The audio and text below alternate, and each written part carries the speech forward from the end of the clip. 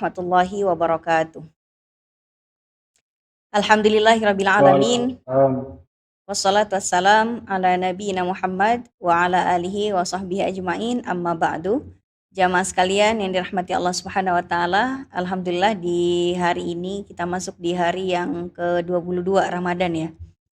Mudah-mudahan Allah masih berikan kita umur panjang dan kesehatan supaya kita bisa melanjutkan puasa kita dan segala amalan-amalan ibadah di bulan ini dengan lancar tanpa ada hal-hal yang mengganggu. Dan apa yang bisa kita lakukan dalam berikhtiar mendapatkan keutamaan di 10 hari yang terakhir.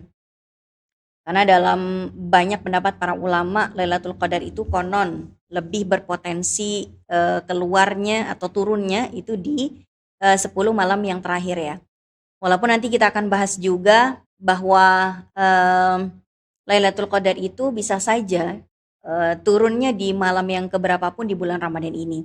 Karena itu pastinya adalah hak prerogatifnya Allah. Kalau Allah sudah menentukan, mungkin saja Lailatul Qadar sudah berlalu, udah turun mungkin kemarin. Tapi karena kita tidak tahu, ya mungkin ada hikmahnya ya. Allah tidak memberikan informasi malam keberapakah akan turun Lailatul Qadar di bulan ini, di bulan Ramadan ini. Supaya kita tidak perlu terlalu pilah-pilah dalam beribadah di malam manapun. Seandainya kita sedang mencari ikan di dalam kolam, gimana caranya? Caranya jangan kita terlalu berspekulasi mengasumsikan si ikan ini ada di sisi tertentu dari kolam itu, sehingga kita hanya berfokus di sisi itu saja. Bisa saja ikannya ada di sisi lain yang tidak kita perkirakan. Maka karena ikan itu pastinya ada di dalam kolam itu dan bisa saja dia lari ke sisi manapun di kolam itu, ya kita pasang jaring aja di setiap sisinya. Di sisi manapun kita pasangin jaring, jadi tidak ada sejengkal pun dari kolam itu yang tersisa untuk kita pasangkan jaring. Insya Allah kalau kita sudah memasang di semua sisinya, ikan itu pasti juga akan kita dapatkan. Mau lari kemana lagi ikan itu? Ibaratnya seperti itu ya. Sama dengan Lailatul Qadar. Lailatul Qadar itu pastinya ada di dalam bulan Ramadan. Kalau setiap malam kita beribadah tanpa pilih-pilih ya. Kita beribadah misalnya di malam tadi malam kita tarawih, kemarin malam kita tarawih terus. Dari malam pertama sampai malam terakhir tidak pernah kita meninggalkan tarawih kecuali dalam keadaan haid tentunya.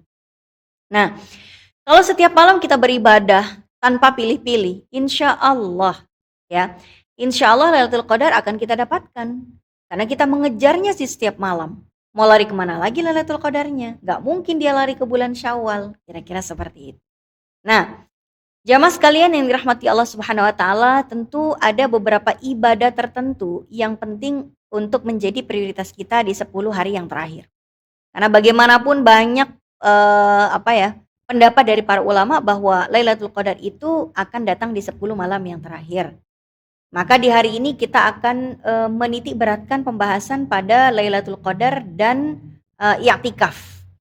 Kenapa kita akan bahas i'tikaf? Karena Rasulullah itu memerintahkan kita, mengajak para sahabat untuk beriktikaf di 10 hari dan 10 malam bulan Ramadan di Masjid Nabawi. Bagaimana tentang perempuan seperti kita yang kadang-kadang beriktikaf itu ada kendala tersendiri ya. Apalagi kalau iktikafnya harus menginap begitu. Lebih terkendala lagi, tidak hanya bagi ibu-ibu yang punya bayi kecil, tapi juga ibu-ibu yang masih harus ngantor ya.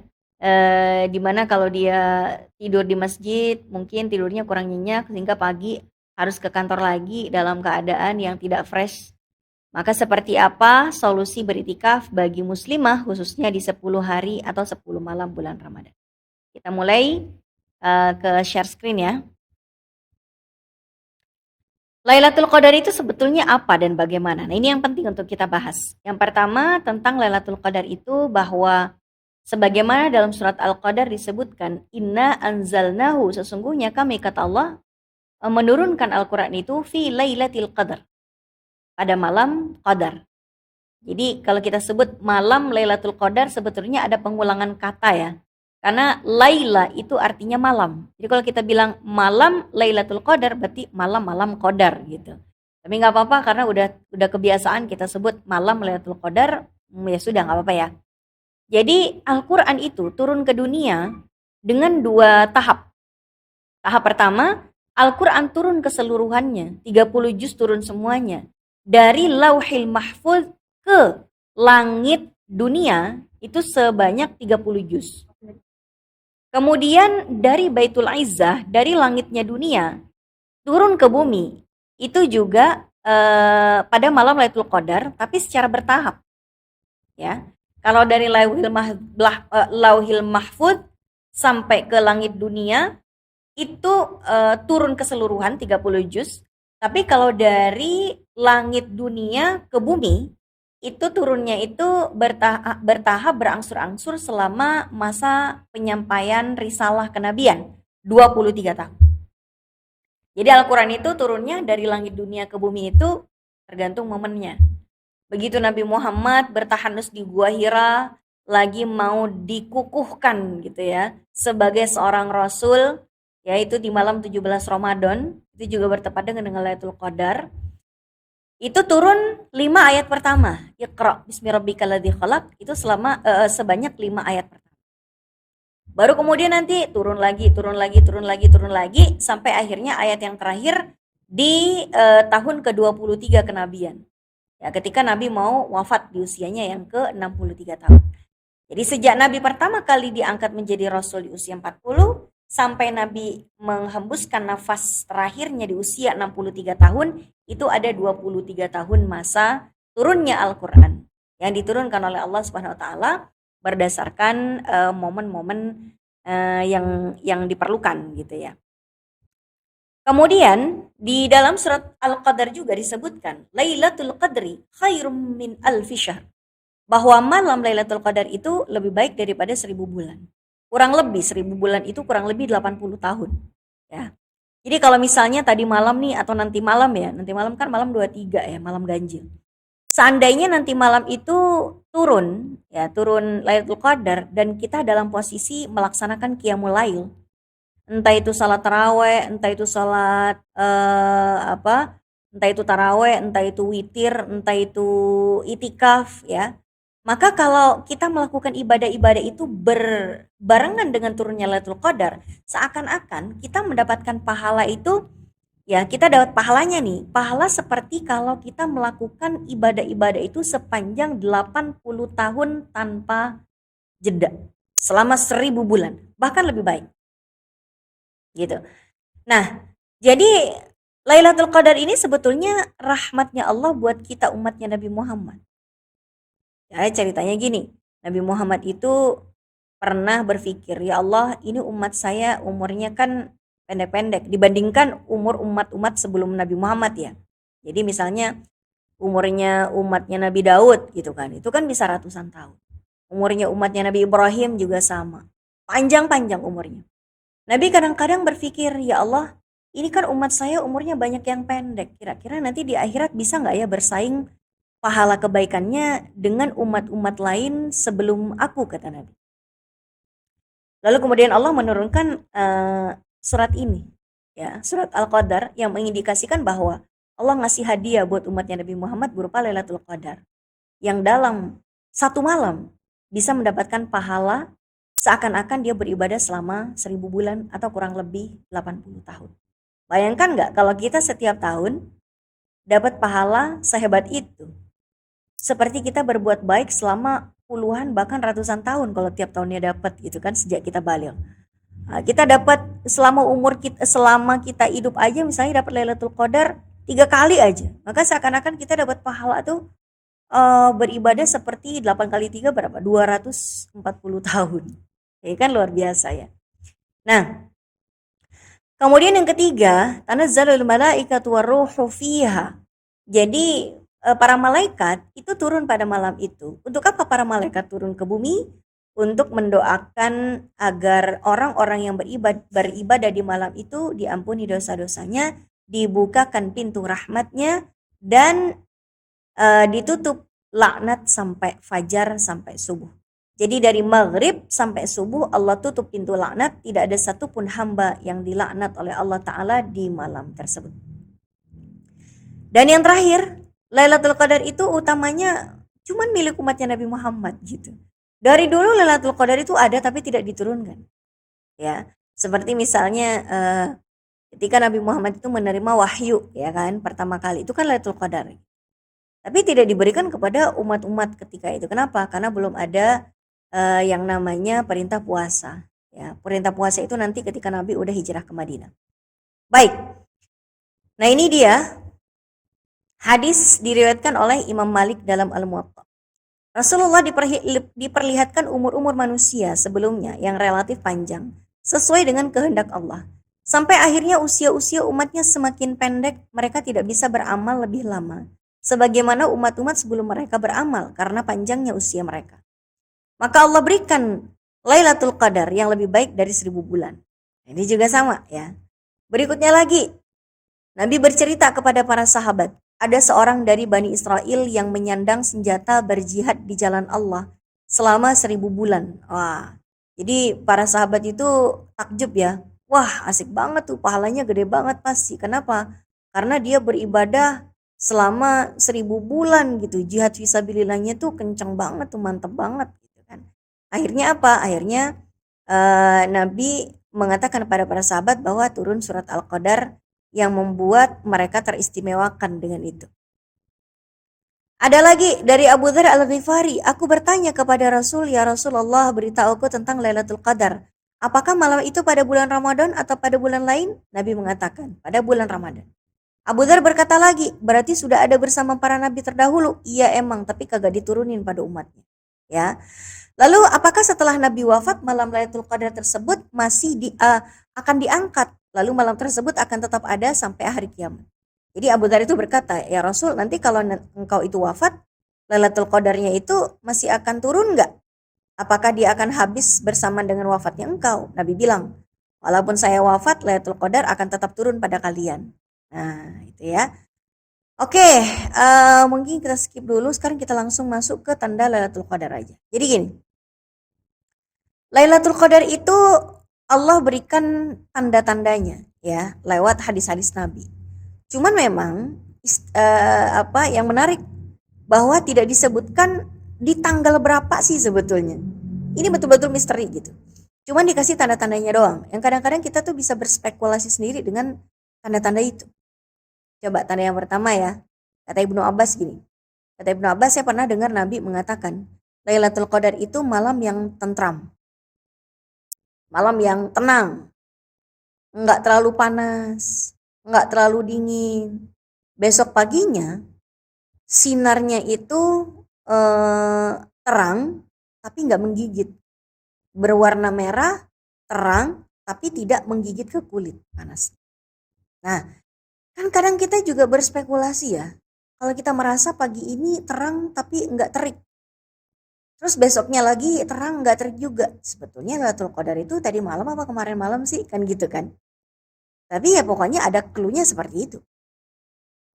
Clue-nya lagi, ini dia. Malam dengan ciri-ciri tertentu. Ya, ketika disampaikan dari Ubadah bin Samit radhiyallahu anhu berikut ini, malam Lailatul Qadar itu adalah malam yang cerah, terang, seolah-olah ada bulan yang gemintang. Malam itu tenang dan tentram, tidak dingin dan tidak pula panas. Jadi malam itu nih terang, tapi kayak ada bulan purnama tapi belum tentu lagi purnama. Gitu.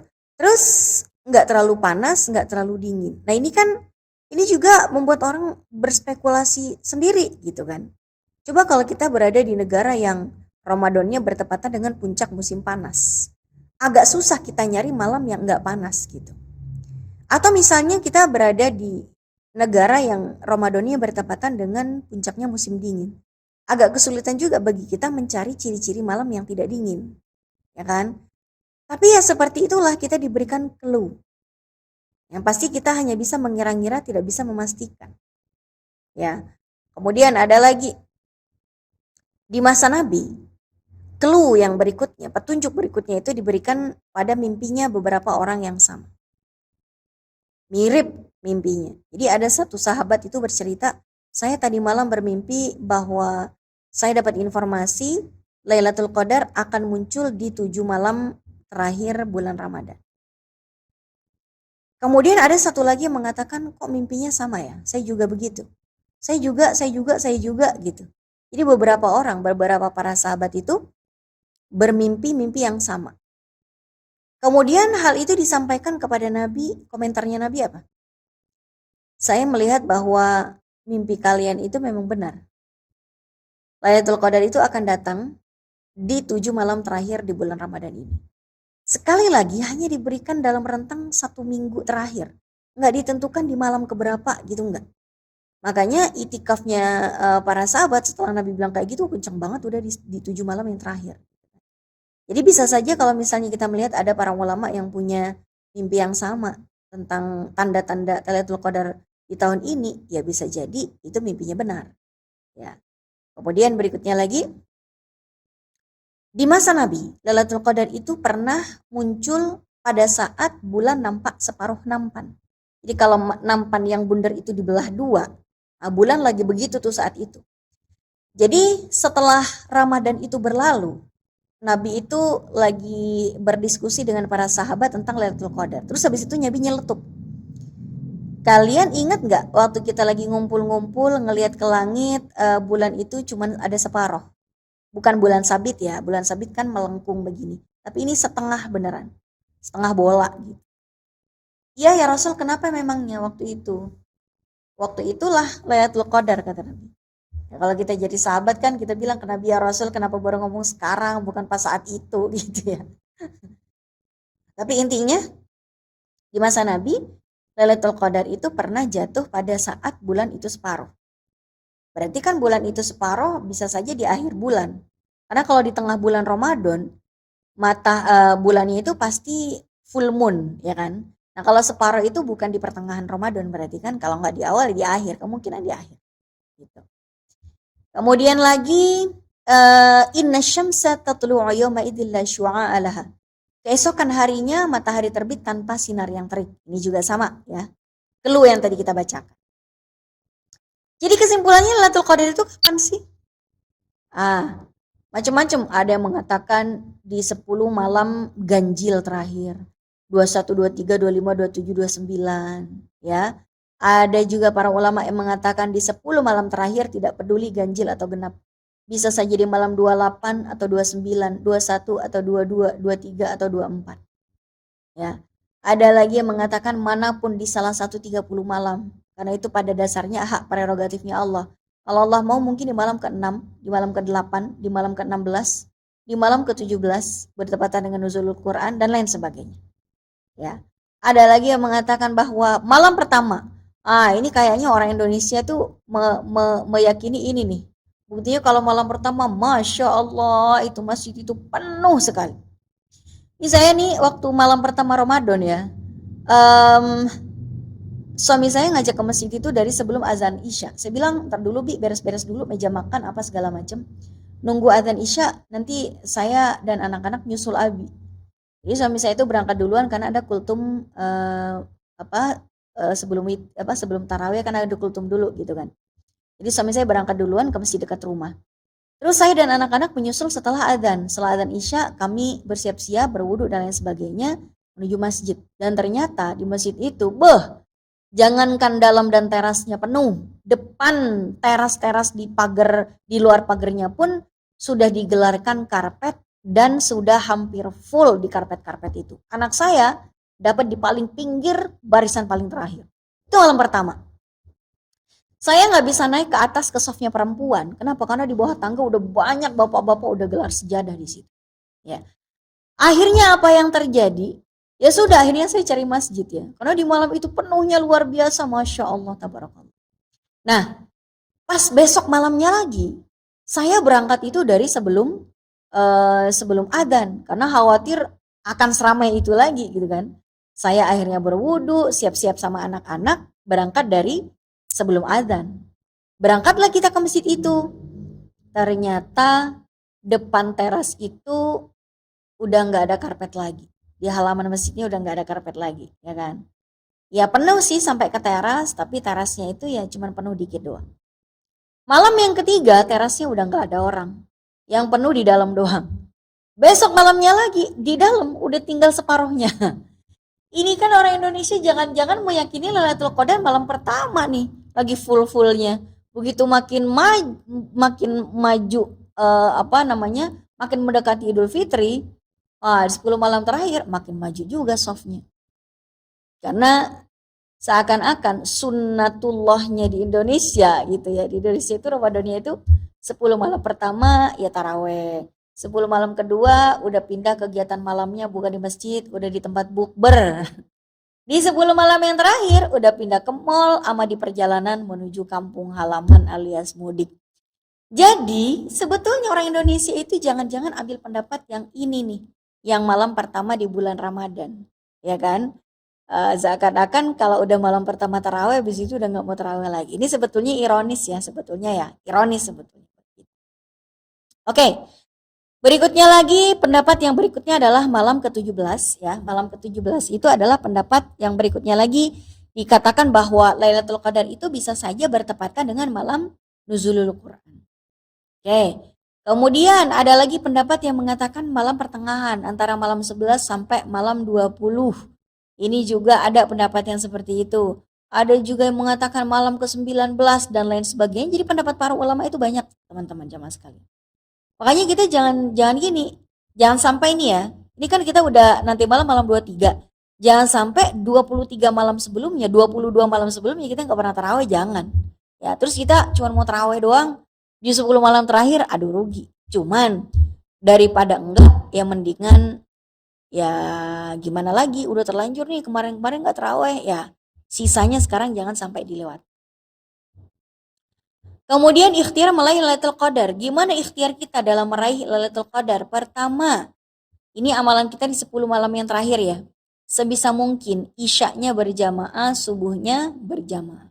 Jadi kalau kita sudah memulai malam dengan isya berjamaah, mengakhiri malam dengan subuh berjamaah, insya Allah kita sudah mendapatkan bagian dari Lailatul Qadar kalau malam itu ternyata Lailatul Qadar. Itikaf, nah ini kita akan bahas itikaf seperti apa dan bagaimana setelah ini ya, detailnya seperti apa. Kemudian istiqomah tarawehnya, qiyamul lailnya jangan absen kecuali ada uzur syar'i seperti haid. Tilawah yang rutin ya, karena Nabi menghatamkan Al-Quran di bulan Ramadan, tapi bedanya Nabi bukan baca mushaf, tapi Nabi memurojaah hafalannya kepada Jibril alaihi salam. Malaikat Jibril yang menjadi menjadi yang mengkonfirmasi apakah hafalannya Nabi atas Al-Quran itu masih terjaga. Kemudian sedekah, infak, wakaf, ini bisa kita lakukan baik di malam hari atau di siang hari. Banyak-banyakin sedekah, banyak-banyakin infak, banyak-banyakin wakaf. Kemudian memperbanyak doa dan zikir ya. Jadi buat yang lagi haid misalnya, jangan terlalu pesimis ya. Tetap di malam hari kita bisa melaksanakan ibadah-ibadah qiyamul lail dan mengisinya dengan banyak doa.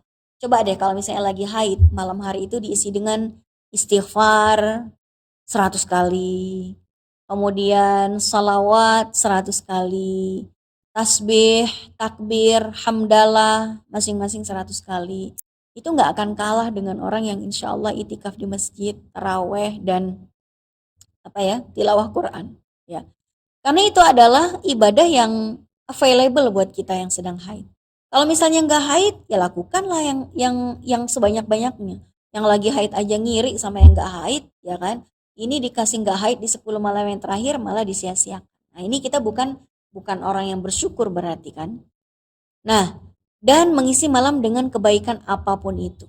Kadang-kadang ada seorang ibu yang punya anak sakit, malam itu nggak bisa taraweh, nggak boro-boro taraweh, boro-boro tilawah. Tidur dengan nyenyak pun mungkin enggak. Karena anaknya sakit, rewel, minta ditimang terus, minta disusui terus, dikit-dikit mencret, dikit-dikit ganti pampers ya. Si ibu ini Masya Allah malam itu tuh diisi dengan merawat anaknya. Itu juga si ibu ini berpotensi dapat Lailatul Qadar ya. Kenapa? Karena kebaikan itu adalah sesuatu yang kita pilih dari sekian banyak kebaikan yang available untuk kita lakukan. Kalau kita haid, kita nggak bisa dong itikaf, nggak bisa dong kita tilawah, nggak bisa dong kita sholat, ataupun siangnya puasa. Tapi kita bisa melakukan banyak hal. Sama seperti si ibu tadi, dia nggak bisa sholat, nggak bisa ini, nggak bisa itu. Ya, ibadah yang bisa dia lakukan di malam itu yang mengurus anaknya. Jangan-jangan ibu-ibu yang malam harinya itu begadang demi mengurus anaknya, jangan-jangan ibu-ibu inilah yang pahalanya lebih besar daripada mereka yang taraweh. Yang tarawehnya itu sambil ngelamun, sambil lomba-lomba cepet-cepetan taraweh, padahal dia nggak tumaninah. Nah, ini yang jadi apa ya? Jadi evaluasi buat kita. Jadi apapun kebaikan di malam hari, maka insya Allah kalau itu bertepatan dengan malam turunnya Lailatul Qadar, itu akan dilipat gandakan seakan-akan beribadah, melakukan ibadah tersebut selama 80 tahun atau 1000 malam. Seorang istri yang merawat suaminya yang sakit, seorang istri yang merawat orang tuanya yang sakit, seorang anak yang merawat ibunya yang sakit, seorang menantu yang merawat mertuanya yang sakit. Itu kalau itu dilakukan bertepatan dengan Lailatul Qadar, dia dapat juga Lailatul Qadar gitu. Diganjar pahalanya seakan-akan dia melakukan hal itu selama 1000 bulan tanpa jeda. Ya dapat juga Lailatul Qadar. Yang gak dapat Lailatul Qadar itu yang merugi ya. Malam turunnya Lailatul Qadar, dia ngorok mulu nonton drama Korea, kagak ngapa-ngapain sama sekali. Tidak ada satupun kebaikan yang dia lakukan. Segala yang dia lakukan tuh yang mubah-mubah saja gitu ya. Mubah-mubah itu maksudnya ya nonton TV, belanja-belanja ini, belanja itu, karaokean, wisata kuliner sana sini gitu kan. Ini kan merugi sebetulnya ya. Maka pastikanlah kita mengisi malam di 10 malam terakhir ini dengan kebaikan apapun yang paling memungkinkan untuk kita lakukan. Baik, nah ini tadi yang disebutkan oleh Imam Syafi'i dalam Qaul Qadim, disebutkan siapa yang berjamaah Isya dan Subuh malam Lailatul Qadar, maka dia telah mendapatkan bagian dari Lailatul Qadar tersebut. Kemudian kita akan masuk ke itikaf ya. Terus itikaf itu bagaimana? Itikaf itu kan sangat dianjurkan. Apa sih itikaf itu? Itikaf itu adalah memenjarakan diri di dalam masjid, berdiam di dalam masjid dengan tata cara tertentu disertai dengan niat. Maka kalau kita masuk ke dalam masjid sebetulnya, begitu kita niatin, ya Allah saya berniat untuk beritikaf di masjid ini, lillahi ta'ala. Ya sudah, berarti kita sudah beritikaf. Nah kalau kita udah keluar dari masjid, udah selesai itikaf kita. Bukan batal, istilahnya bukan batal. Tapi udah selesai itikafnya gitu kan. Maka kapanpun kita punya kesempatan masuk ke dalam masjid, jangan lupa diniatin untuk itikaf. Jadi pahala itikaf itu jamaah sekalian mirip kayak orang masuk ke dalam taksi. Begitu dia masuk dalam taksi, pintunya kan ditutup tuh, jelek. Argonya jalan kan. Nah, argonya itu mulai pahala, terus-terusan pahalanya. Nah, begitu turun dari taksi, udah dong argonya berhenti. Itikaf juga kayak gitu. Masuk kita ke dalam masjid, niat kita untuk masuk ke dalam masjid dengan itikaf, langsung jalan tuh argo pahala itikafnya. Sampai kapan? Ya sampai kita turun dari masjid. Jadi kalau misalnya nanti malam kita mau ke masjid untuk taraweh, jangan lupa masuk ke dalam masjid, niatin untuk itikaf. Ya kan? Niatin tuh untuk itikaf di dalam masjid. Nah, diisi dengan apa itikaf kita? Sholat sunnah tahiyatul masjid, sholat sunnah qobliyah isya, sholat isya, sholat ba'diyah, sholat taraweh, witir, dengerin kultum pengajiannya Pak Ustadz, tambah lagi begitu bubar kita salam-salaman, tambah lagi kita baca Quran dan lain sebagainya. Lah disitulah kita melakukan kegiatan-kegiatan itikafnya kita isi dengan hal-hal yang seperti itu. Begitu kita mau pulang, kita kan keluar dari masjid tuh, udah berhenti argo pahala itikafnya. Nah tentu tidak bisa memang kita samakan pahala itikafnya orang yang cuma 1 jam 2 jam dengan pahala itikafnya orang yang bermalam. Tapi kan tadi kita bicara buat orang yang gak mungkin itikaf bermalam kan. Karena namanya ibu-ibu tuh itikaf sambil nginep itu banyak kendalanya. Kendalanya apa coba? Kendalanya tuh gini. Kalau bapak-bapak itikaf di masjid, insya Allah aman. Anak-anak gak terlalu nyariin lah. Karena anak-anak biasanya lebih dependen kepada ibunya kan. Ibunya ditanya mulu. Bu, gesperku mana? Topiku mana? Kaos kakiku mana? Kalau ibunya udah capek, ibunya asal jawab, dijonggol, cari pakai mata, jangan pakai mulut, gitu kan? Ah, nggak tahu ya orang-orang tua kita dulu suka jawabnya begitu, tapi kita tetap sayang ya. Karena mungkin udah capek, gitu kan? Tapi ya intinya seorang anak itu nanyanya ke ibunya. Coba kalau misalnya ada bapaknya. Apakah bapak itu ditanya sama anak seperti pertanyaan mereka pada ibunya? Kayaknya enggak ya. Kalaupun ada anak yang nanya sama bapaknya, paling pertanyaannya apa? Pah, mama mana? Gitu kan. Pah, mama mana? Gitu. Oke. Kemudian berikutnya lagi Rasulullah itu pernah mengajak para sahabat untuk beritikaf di 10 terakhir Ramadan. Nabi mengatakan, "Man kana i'takafa ma'i falya'taki fil ashra al-awakhir." Siapa yang mau beritikaf sama saya di Masjid Nabawi, kata Nabi, saya akan beritikaf di 10 terakhir. 10 terakhir itu 10 hari 10 malam, dari malam 21 Nabi nggak keluar-keluar dari masjid sampai malam lebaran. Malam lebaran, takbir lebaran baru pulang gitu kan. Tapi nggak ada masalah. Nabi lapar, istrinya nganterin makan. Nabi pengen ganti selendang, minta tolong istrinya ambilin selendang, kan gitu ya. Nah, kalaupun Nabi keluar dari masjid, ya gara-gara untuk buang hajat. Gara-gara untuk ini dan itu yang memang dihajatkan. Kalau misalnya karena hajat, itu nggak putus pahala itikafnya, tetap terus-terusan. Terus kalau kita bernadar untuk beritikaf, wajib nggak kita tunaikan? Wajib. Makanya Umar mengatakan, ya Rasulullah, ini nazartu an a'takifa lailatan fil masjidil haram. Ya Rasul, saya pernah loh bernazar ingin beritikaf satu malam aja di Masjidil Haram. Kata Nabi, ya wajib kamu lakukan gitu. Akhirnya Umar ya ke Masjidil Haram. Dari Madinah tuh ya berhari-hari tuh kalau naik onta ya kan. Nah, jadi hukumnya itikaf itu gimana? Pertama, hukumnya sunnah biasa kalau dilakukan di luar 10 malam Ramadan. Tapi kalau dilakukan di 10 malam Ramadan, maka hukumnya menjadi sunnah muakkadah.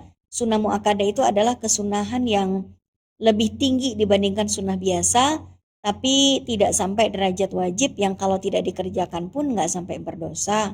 Tapi rugi ya kalau sama sekali kita nggak pernah beritikaf di bulan Ramadan tuh rugi. Kemudian bagaimana caranya agar itikaf kita menjadi sah? Itikaf kita itu menjadi sah kalau semua rukunnya terpenuhi. Pertama, itikaf itu dilakukan oleh seorang mu'takif. Mu'takif itu adalah seorang yang sedang itikaf. Orang yang sedang itikaf itu pastinya dia harus beragama Islam, berakal sempurna, kemudian mumayyiz. Mumayyiz itu artinya anak yang sudah mengerti ya, udah anteng dibilangin, bukan anak yang diajak ke masjid lari-lari mulu gitu, nggak bisa dibilangin, itu belum mumayyiz. Mumayyiz itu yang udah bisa ngerti apa itu itikaf, apa itu ibadah, apa itu sholat. Terus orang yang beritikaf itu haruslah suci dari hadas besar. Kenapa? Karena orang yang sedang berhadas besar itu tidak bisa berdiam diri di dalam masjid. Sementara itikaf itu haruslah di dalam masjid. Yang kedua, harus ada niat itikaf. Maka tidak sembarangan kita ada di dalam masjid, ya kalau kita nggak niatkan untuk itikaf, nggak jadi itikaf. Ya kan? Kemudian mu'takafun fihi, tempat itikaf itu harus di masjid. Ya. Di masjid apapun, mau masjid jami atau masjid biasa, yang penting di masjid. Nah, ini yang menarik jamaah sekalian sekarang. Al-lubusu fil masjid. Menetap di dalam masjid itu durasinya, kalau dalam madhab Hanafi dan Maliki itu durasinya 1 jam. Kalau madhab Maliki itu sehari semalam, harus minimal 24 jam. Tapi dalam madhab Syafi'i, di Indonesia itu kebanyakan kita itu bermadhab Syafi'i. Di madhab Syafi'i itu setidak-tidaknya 1 tumak ninah saja. Jadi kalau ada orang masuk masjid, ya Allah saya niat untuk itikaf. Habis itu dia dipanggil sama suaminya, "Ma, pulang." Ya Allah, saya udah handah itikafnya. Udah dapat pahala itikaf tuh. Walaupun cuman beberapa detik doang itikafnya. Tapi udah sah gitu kan. Nah, kalau 1 detik saja kita sudah bisa dianggap beritikaf kalau kita berniat itikaf. Kalau kita nggak niat itikaf, walaupun sepanjang malam di masjid nggak jadi itikaf, makanya niatin itikaf gitu. Tentu orang yang beritikaf sebentar dengan orang beritikaf lama itu beda pahalanya. Kalau kita bisa nginep, ya nginep. Kalau kita bisa berlama-lama, kita berlama-lama. Tapi kalau misalnya nggak bisa melakukan selama itu, jangan pesimis terus kita nggak mau sama sekali itikaf, nggak gitu.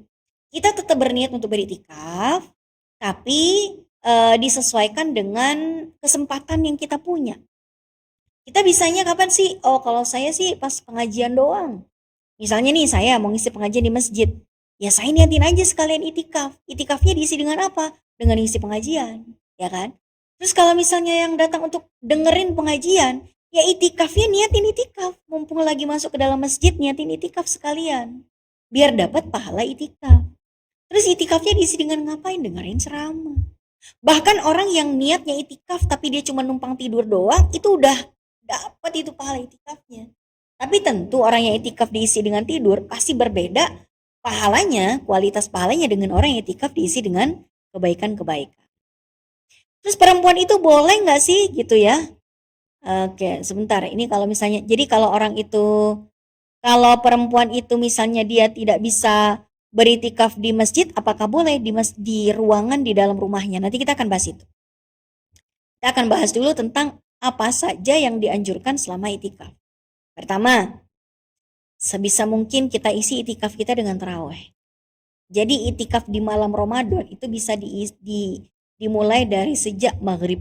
Begitu maghrib kita buka puasa di tempat di masjid ya, itu udah memulai itikaf di malam hari.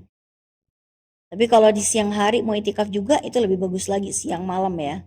10 hari 10 malam tuh kayak Nabi. Tapi kan yang diutamakan lagi di malamnya.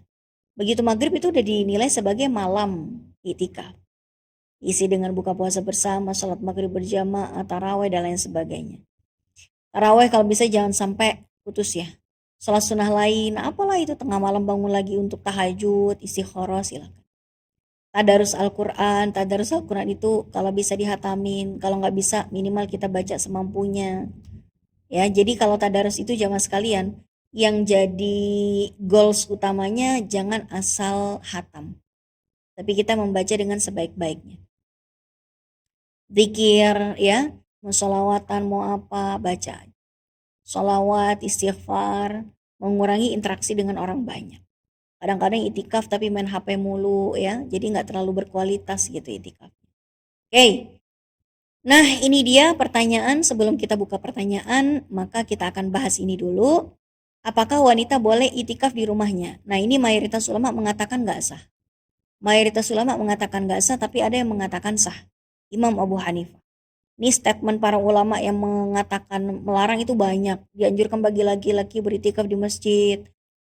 Sah bagi wanita itikaf di masjid, tapi bukan di rumah, ya kan? Yang memperbolehkan ada nggak? Ada. Sebentar. Nah, ada pendapat yang memperbolehkan. Imam Abu Hanifah berkata, sah bagi wanita untuk beritikaf di masjid rumahnya, maksudnya adalah ruangan di rumahnya yang diperuntukkan khusus untuk sholat dan tidak boleh bagi laki-laki untuk itikaf di masjid rumahnya. Senada dengan Abu Hanifah yakni qaul qadimnya Imam Asy-Syafi'i meskipun dianggap pendapat yang lemah menurut para pengikutnya. Jadi memang seorang perempuan boleh beritikaf di dalam rumahnya, di area di kamar yang memang dia khususkan untuk beribadah di situ. Ya. Namun ya pendapat ini bukan pendapat yang kuat karena tidak disupport oleh banyak ulama. Sepertinya hanya Imam Abu Hanifah yang memperbolehkan, tapi gini, perbedaan pendapat itu adalah rahmat ya. Buat perempuan yang sama sekali tidak mungkinlah dia ke masjid, entah karena banyak kewajiban yang harus dijaga di rumahnya, ada anak yang masih kecil dibawa itikaf susah, ditinggal juga kepikiran. Ya apa boleh buat, dia ambil pendapat yang memperbolehkan itikaf di rumahnya, ya sudah nggak apa-apa. Itu ya. Baik, jamaah sekalian nih rahmati Allah Subhanahu wa taala, buat buat kita yang sedang berikhtiar mencari Lailatul Qadar mulai nanti malam atau mungkin mulai kemarin malam ya. Mudah-mudahan Allah berikan kita Lailatul Qadar, di mana pas Lailatul Qadar itu turun, semoga kita lagi maksimal-maksimalnya ibadah. Kalaupun kita ditakdirkan untuk haid, semoga pas kita haid bukan pas turunnya Lailatul Qadar gitu kan. Karena siap kita ingin beribadah semaksimal mungkin di bulan Ramadan ini. Tidak usah bersedih bagi wanita haid ya. Saya juga kebetulan hari ini baru saja haid, Masya Allah ya, perasaannya campur aduk. Tapi nasumulillah wa nafturulillah. Kita itu puasa karena Allah Ta'ala. Kita juga tidak puasa harusnya ikhlas juga karena Allah Ta'ala. Kita beribadah itu buat siapa sih? Ya buat Allah sebetulnya. Kita lagi haid tidak berpuasa, tidak tilawah, tidak sholat. Justru disitulah letak pahala kita. Kalau kita sedang tidak haid, kita dapat pahala dengan sholat, puasa, dan tilawah karena ingin menjalankan perintah Allah. Dan kita yang sedang haid tidak puasa dapat pahala juga karena meninggalkan larangan Allah. Kita tidak sholat dan tidak tilawah itu juga dapat pahala. Kenapa? Karena lillahi ta'ala meninggalkan larangan-larangannya. Jadi puasa dan tilawah dan sholat bagi orang yang haid itu hukumnya haram. Haram itu maknanya kalau dikerjakan mendapat dosa dan justru kalau tidak dikerjakan mendapatkan pahala. Maka bagi kita yang sedang haid di beberapa hari terakhir ini ikhlaskan saja, tidak bisa melakukan itu semua bukan karena kita malas, bukan karena kita tidak ingin melakukannya, tapi karena kita menahan diri untuk tidak menyentuh hal-hal yang dilarang dalam syariat Islam. Lillahi ta'ala juga ya. Oke, baik jamaah sekalian, sudah jam 13.44 di jam saya. Mudah-mudahan masih ada waktu untuk tanya jawab. Saya serahkan kembali waktu dan layar kepada moderator kita. Jika ada pembahasan atau ada tanya jawab dan diskusi, dipersilahkan. Ya, terima kasih atas Ibu Aini. Ini atas paparan materinya dari awal sampai akhir cukup lengkap banget ya, dari larangan terutama bagi perempuan dan ada kebaikannya juga di dalamnya, materi tentang keutamaan 10 malam terakhir ini terkait dengan iktikaf. Dan udah ada beberapa pertanyaan dari grup. Pertanyaan pertama kali ya, dari Mbak Chaiti. Assalamualaikum. Waalaikumsalam. Apakah tanda-tanda seseorang sudah mendapatkan Lailatul Qadar? Boleh jawab? Ya, sebetulnya kalau soal tanda-tanda Lailatul Qadar itu kita tuh nggak bisa menerka kepada diri kita sendiri. Hampir tidak ada orang yang bisa mengenal atau mendeteksi apakah dia sudah dapat Lailatul Qadar atau tidak. Cuman kalau misalnya kita melihat pada orang lain, baru mungkin bisa. Ya, karena gini, misalnya ada orang nih, biasanya dia ibadahnya nggak pernah kenapa-kenapa ya, maksudnya nggak pernah serius dalam beribadah, bahkan mungkin lebih banyak nggak ibadahnya daripada ibadahnya.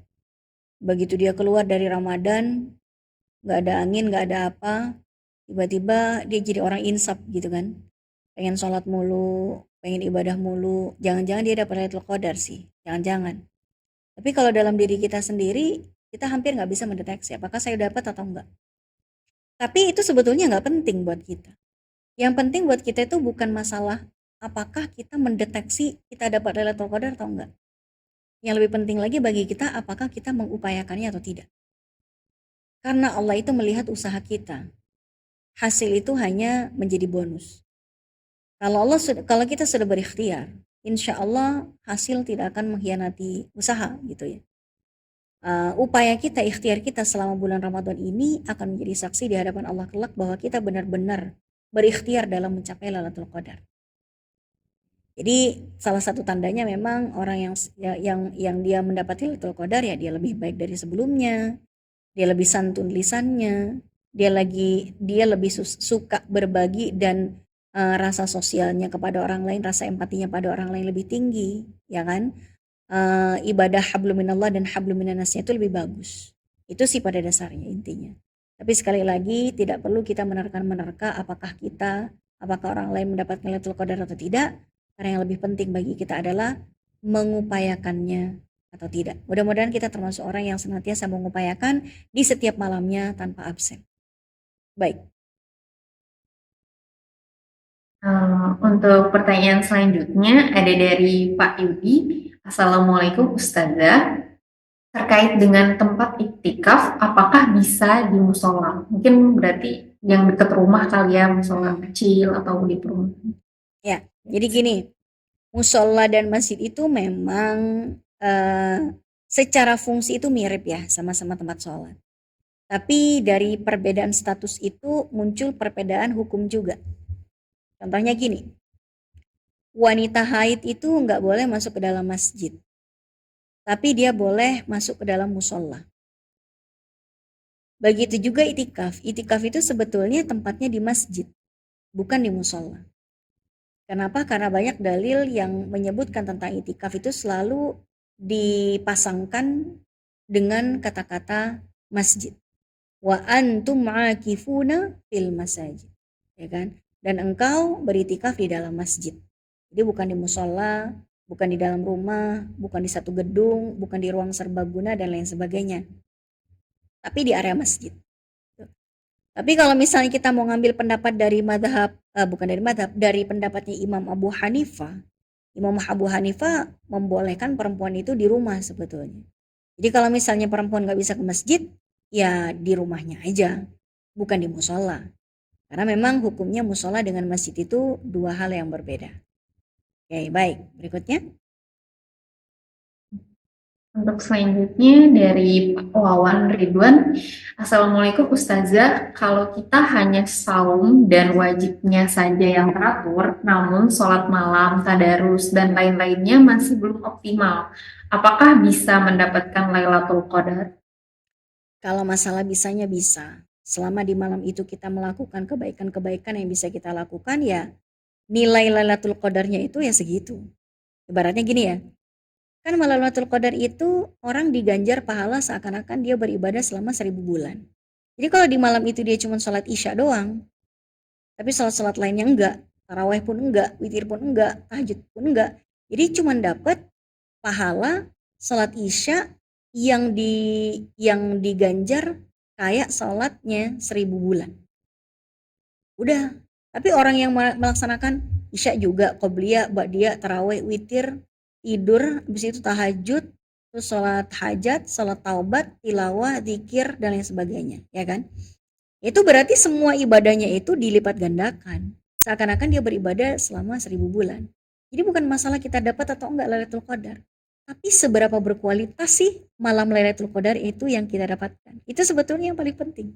Kalau dapat pasti dapat. Selama kita hidup selama bulan Ramadan ini, pasti kita mengalami turunnya Lailatul Qadar. Lailatul Qadar itu turun di malam itu ke bumi. Siapapun yang ada di bumi di malam itu, ya dia pasti mengalami Lailatul Qadar. Cuman, apakah dia dapat keistimewaannya Lailatul Qadar atau tidak? Kalau ada orang yang melaksanakan dosa besar di malam itu, ya dosa besarnya banyak akhirnya diganjar.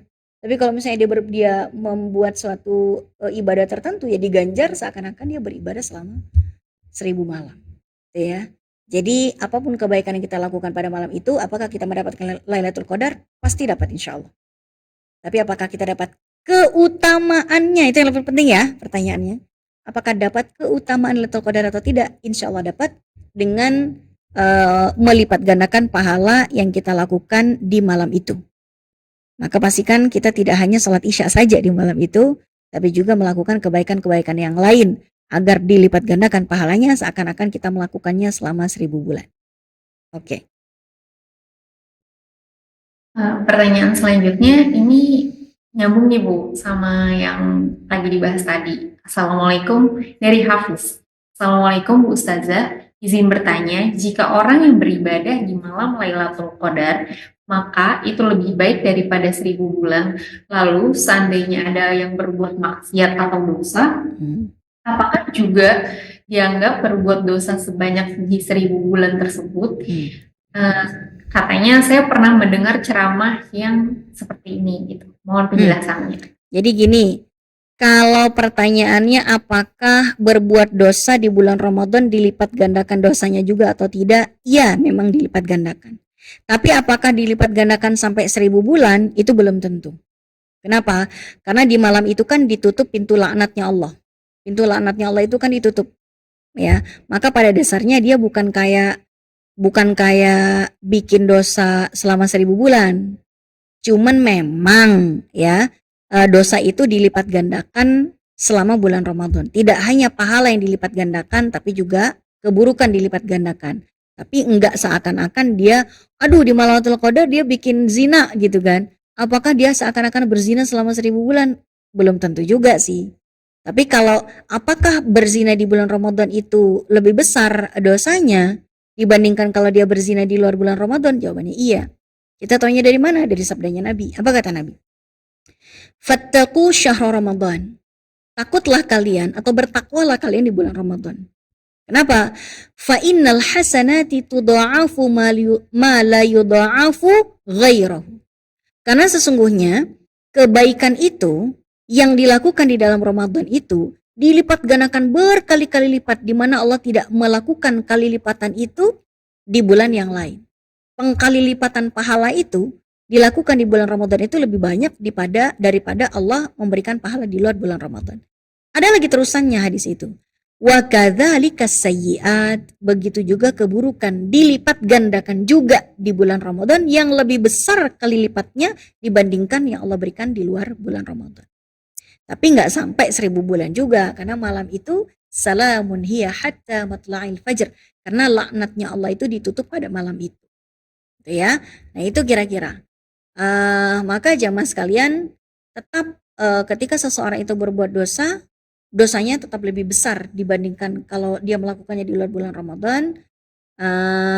Dan kita berfokus pada apa yang kita lakukan, kebaikan saja yang kita fokuskan ya. Aduh, kalau gitu kalau saya nyolong di malam itu, wah apakah gitu ya. Nggak usah kita mikirin kalau berbuat dosa ya. Kita nggak usah merencanakan perbuatan dosa.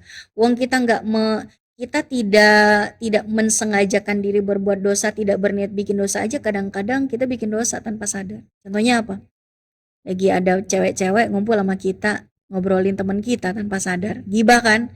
Padahal di mana ada orang mau gibah pakai niat? Nggak ada. Nawaitul gibah lillahi ta'ala, gitu nggak ada. Gibah itu karena terbawa suasana. Kita nggak berniat bikin dosa aja suka keceplosan bikin dosa, apalagi diniatkan. Jadi tidak usah kita membayang-bayangkan kita berbuat dosa, yang penting kita fokus saja kepada kebaikan. Mudah-mudahan kalau kita tidak sengaja berbuat dosa, semua walaupun itu memang diganjar dengan dosa yang banyak, mudah-mudahan dengan istighfar yang kita lakukan bertepatan dengan Lailatul Qadar bisa menghapus semua kekhilafan itu. Baik. Amin. Selanjutnya ini ada 2 pertanyaan terakhir ya sebelum kita tutup. Pertanyaan dari Ibu Kiki. Assalamualaikum Ustazah, izin bertanya, permintaan apa yang sebaiknya dimohonkan kepada Allah ketika bertemu dengan malam Lailatul Qadar? Bagus nih. Apa aja boleh dipinta. Minta itu silahkan di custom sesuai dengan kebutuhan masing-masing. Kalau di malam Lailatul Qadar itu kan kita nggak tahu malam ini Lailatul Qadar atau enggak. Tapi di 10 malam yang terakhir kita dianjurkan apa? Yang dianjurkan oleh Nabi itu apa sih? Tiap malam kita bacanya, Allahumma innaka afuwun tuhibbul afwa fa'fu anna ya karim. Ya Allah, sesungguhnya Engkau itu Maha Pengampun, Engkau Maha Pemaaf ya Allah, ampuni dosa-dosa saya. Maka permohonan ampun pada Allah atas gugurnya dosa-dosa kita, itu yang paling utama nomor 1. Bukan malah kita minta yang lain dulu, enggak. Jadi minta mohon kepada Allah, kita memuji Allah dulu, kita membaca salawat kepada Nabi dulu, kemudian kita minta kepada Allah agar kita digugurkan dosa-dosa kita. Baru kita minta-minta yang lain. Karena jangan-jangan permintaan-permintaan kita selama ini sulit untuk dicapai gara-gara dosa kita masih terlalu banyak. Mungkin dosa kita udah sampai karatan, udah sampai berkerak gitu ya, udah sampai berlapis-lapis, ibaratnya ya panci yang gosong belakangnya itu harus dicuci berkali-kali pakai spons kawat kali baru hilang. Kalau kita cuci biasa aja agak sulit dosa kita hilang. Maka kita berdoa dulu sama Allah, ya Allah dosa saya banyak banget ya Allah, ya kan? Ampuni dosa saya ya Allah. Kalau kita udah minta maaf, udah minta ampun sama Allah, baru kita minta yang macam-macam. Ya Allah, semoga nanti pulang dari lebaran, pulang mudik, tiba-tiba tiba-tiba gaji saya naik. Tiba-tiba gaji suami saya naik, ya kan? Semoga anak-anak saya bisa dapat nilai yang bagus. Semoga apalagi misalnya ya, yang belum punya jodoh ya, semoga saya dipertemukan dengan jodoh dengan cepat, dengan orang yang tepat pada waktu yang tepat gitu kan. Silakan, mau minta apapun silakan, tapi yang nomor satu kita mohon kepada Allah untuk digugurkan semua dosa-dosa kita, karena jangan-jangan di bulan Ramadan ini selain kita melakukan kebaikan, kita tanpa sengaja atau bahkan mungkin dengan sengaja melakukan dosa yang pada akhirnya dilipat gandakan berkali-kali lipat karena tidak sadar melakukannya di bulan Ramadan. Baik. Amin. Selanjutnya ada pertanyaan terakhir ya. Assalamualaikum Bu Ustazah, apakah hukum bagi orang yang melakukan sholat 5 waktu tetapi batas waktu sholat berikutnya tidak sengaja? Mungkin seperti ketiduran, terus akibat kesibukan duniawi dan disengaja atau ditunda, kayak agar sholatnya misalnya mepet, zuhur sama asar mepet, misalnya asarnya 3.10, oh ya udahlah zuhurnya jam 3 gitu. Ini pertanyaan dari Mas Ardi. Sengaja atau tidak sengaja? Sengaja ditunda. Oh, sengaja. Jadi Karena sengaja tanpa ditunda ada uzur supaya ya. iya, sengaja biar Oke. udahlah sekalian wudhunya gitu. Oh, sekalian wudhunya. Sekalian nih Kayak wudhunya, sekalian musholanya gitu. ya. Biasanya yang sekalian wudhunya itu cewek loh padahal, biar sekalian touch up make upnya. Ya. Oke, gini. Kalau menunda sholat tanpa uzur dan dijadikan kebiasaan, itu nanti masuk dalam kategori wailul lil musallin alladzina hum an salatihim sahun. Neraka wail atau lembah wail itu disediakan bagi orang yang suka lalai dalam sholatnya. Yang sebagian ulama menafsirkan sebagai orang yang suka menunda-nunda sholat tanpa ada uzur. Tanpa ada uzur itu maksudnya nggak ada meeting, nggak ada temu dengan klien, nggak ada kesibukan ngurus anak, ngurusin rumah, ngurusin apa gitu kan. Kalau ada uzur-uzur yang lain misalnya kayak kita masih ada meeting, masih perjalanan, masih ngurusin anak, masih makan siang dulu, lalu sholat zuhurnya entar aja jam 2, jam setengah 3 misalnya. Itu kan ada uzur ya kan. Jadi sesekali boleh lah. Tapi kalau misalnya membiasakan menunda sholat tanpa ada uzur, gak ada uzur sama sekali, tapi dibuat suatu kebiasaan mengakhirkan ke akhir waktu sholat, itu khawatirnya nanti masuk ke dalam kategori orang-orang yang terhukum di lembah wail. Ya. Tapi kalau misalnya nggak sengaja ya, misalnya tahu-tahu kesibukan di kantor apa ngerjain tugas tanpa sadar, ya Allah udah setengah 3, ya udah itu kan ada uzurnya istilahnya kan. Lagi pula emang nggak diniatin setiap saat ingin mengakhirkan sholat. Cuman yang paling penting lagi gini, kalau misalnya tiba-tiba keasikan ngerjain uzur tadi kan, tahu-tahu ngerjain ini ngerjain itu, atau misalnya orang ketiduran gara-gara qiyamulail ya kan, qiyamulailnya dibela-belain kan, sholat tahajudnya udah sholat tarawih 23 rakaat ya kan, terus tidurnya cuma 2 jam, terus dia qiyamulail lagi sholat tahajudnya Masya Allah sampai menjelang subuh. Akhirnya dia tidur tuh jam 3 ya, jam 3 tidur bentar, capek, setengah jam lagi saya mau sahur gitu kan, boro-boro sahur, yang ada dia bangun jam 7. Dia nggak sahur, dia nggak sholat subuh. Nggak sahurnya sih nggak dosa, karena sahur itu kan sunnah bukan wajib. Tapi kan sholat subuhnya itu jadi ketinggalan gitu, jadi kelewat waktunya tanpa dia melakukan di dalamnya. Nah, apa yang harus dia lakukan? Pertama tentu dia beristighfar pada Allah. Ya Allah, mohon maaf sekali. Saya nguber-nguber yang sunnah qiyamul lail, tapi saya melalaikan yang wajib yaitu sholat subuh. Jamaah sekalian, ibadah yang sunnah itu ibaratnya kita mengumpulkan kerikil-kerikil, sedangkan melaksanakan ibadah wajib itu seperti melakukan ibadah yang pahalanya sebesar batu. Ya. Jadi kalau kita sengaja meninggalkan sholat subuh, itu dosanya belum tentu bisa dihapus dengan sholat tahajud 1000 malam. Gitu ya. Kenapa? Karena pahala ibadah wajib itu luar biasa berat. Berat pahalanya, kalau ditinggalkan berat juga dosanya.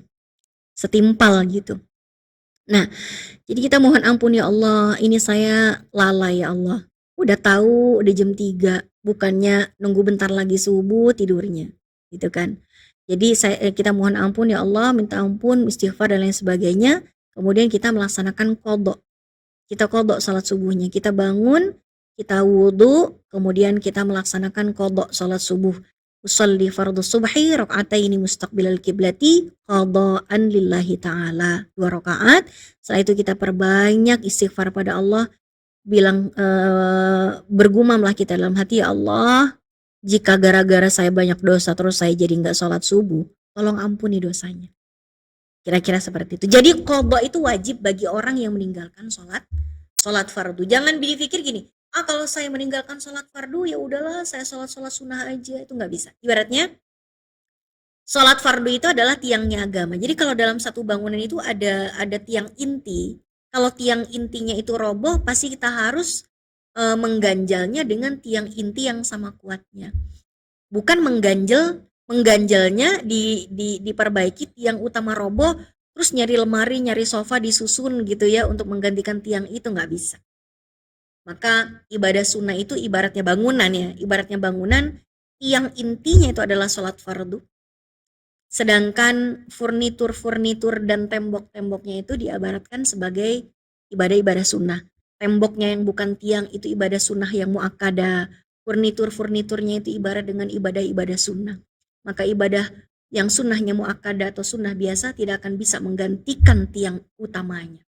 Ya, maka kita gantikan dengan sholat qadha. Jangan sampai sholat fardu kita bolong-bolong, karena itu bisa membuat bangunan agama kita menjadi goyah. Baik. Baik, alhamdulillah kita cukupkan dari materi dan dari pertanyaan dan jawaban yang sudah dipaparkan oleh Ustazah Aini ini sangat bagus sekali, Masya Allah. Sebelum ditutup nanti dengan doa sedikit, kita mungkin foto dulu ya, Ustazah, semuanya.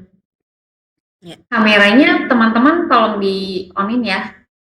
Kita foto sebentar. Mungkin yang ada tadi dari PT Batu Tua Tembagaraya ya. Yang bisa boleh kameranya di on-in. Kalau masih online. Semuanya ya teman-teman. Kita tunggu dulu.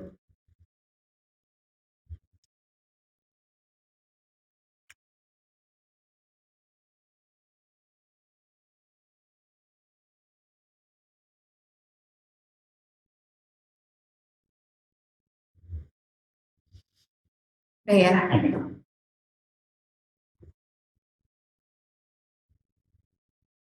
Kita foto ya. 1, 2, 3. Untuk page selanjutnya, page kedua.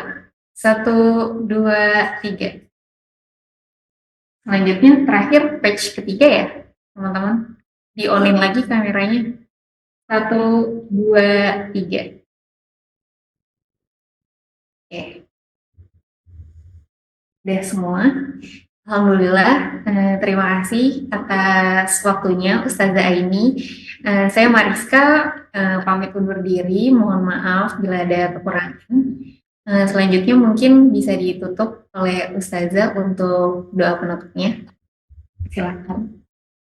Alhamdulillahirrabbilalamin, kajian kita pada siang hari ini sudah selesai. Mudah-mudahan kehadiran kita di Zoom ini menjadi saksi kelak di hadapan Allah bahwa kita ingin menambah ilmu senantiasa gitu ya. Dan semoga amalan kita itu diterima semua oleh Allah Ta'ala dan Allah menggugurkan semua dosa-dosa kita. Bismillahirrahmanirrahim. Allahumma salli ala Sayyidina Muhammad wa ala ali Sayyidina Muhammad. Hamda yuafi ni'amahu yukafi mazidah. Ya Rabbana lakal hamdu wa lakal syukru kama yanbaghi li jalali wajhikal karim wa azimi sultanik. Rabbana taqabbal minna salatana wa siyamana wa ruku'ana wa sujudana wa takhashu'ana wa tadarru'ana wa ta'abbudana wa tammim taqsirana ya Allah ya arhamar rahimin. Rabbana anfa'na bima 'allamtana wa 'allimna ma yanfa'una wa rzuqna 'uluman tanfa'una. Rabbana yassir wa la tu'assir. Rabbana tammim bil khair. Rabbana zalamna anfusana wa illam taghfir lana wa tarhamna lanakunanna minal khasirin. Allahumma innaka afuwun tuhibbul afwa fa'fu anna ya karim. Allahumma inna nas'aluka ridhaka wal jannah wa na'udzubika min sakhatika wan nar. Rabbana atina fid dunya hasanah wa fil akhirati hasanah wa qina adzaban nar. Subhana rabbika rabbil izzati amma yasifun wa salamun alal mursalin walhamdulillahi rabbil alamin. Amin. Alhamdulillah, jazakallah khair, Ustazah ini.